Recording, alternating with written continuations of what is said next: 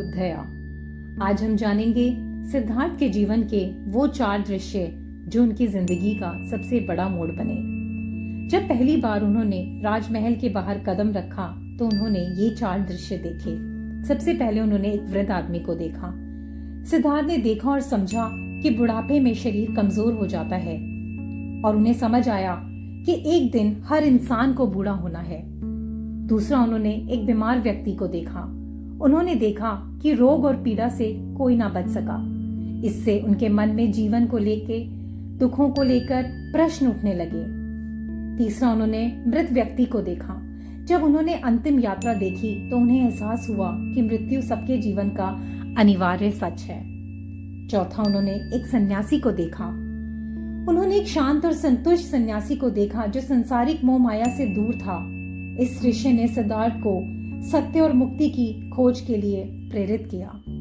जब वह इन 4 चीजों से अवगत हुए तो उन्हें रात के अंधेरे में अपने सारथी चन्ना और अपने प्रिय घोड़े कंटका के साथ निकल पड़े।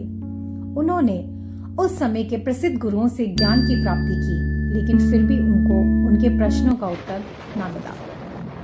इसके बाद उन्होंने कठोर तपस्या का मार्ग अपनाया।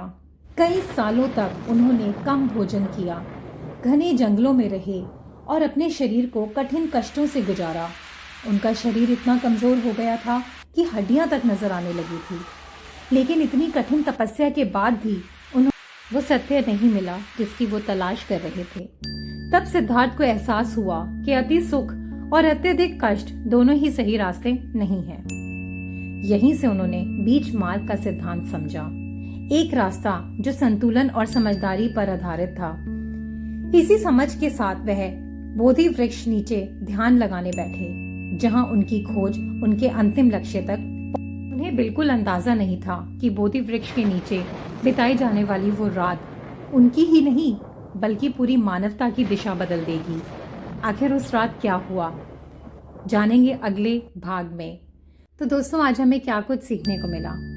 इस अध्याय से हमें यही सीखने को मिला कि जिस प्रकार सिद्धार्थ ने आराम और सुख सुविधा से भरा जीवन छोड़कर सत्य की तलाश की, यही दिखाता है और सिखाता है कि बड़े लक्ष्य के लिए कभी कभी हमें अपने कंफर्ट जोन से बाहर निकलना पड़ता है। तो चलिए इस अध्याय को यहीं समाप्त करते हैं। कल इस कथा को पूरा करेंगे और जानेंगे किस प्रकार सिद्धार्थ ने अपने लक्ष्य की प्राप्ति की। नमो बुद्धाय।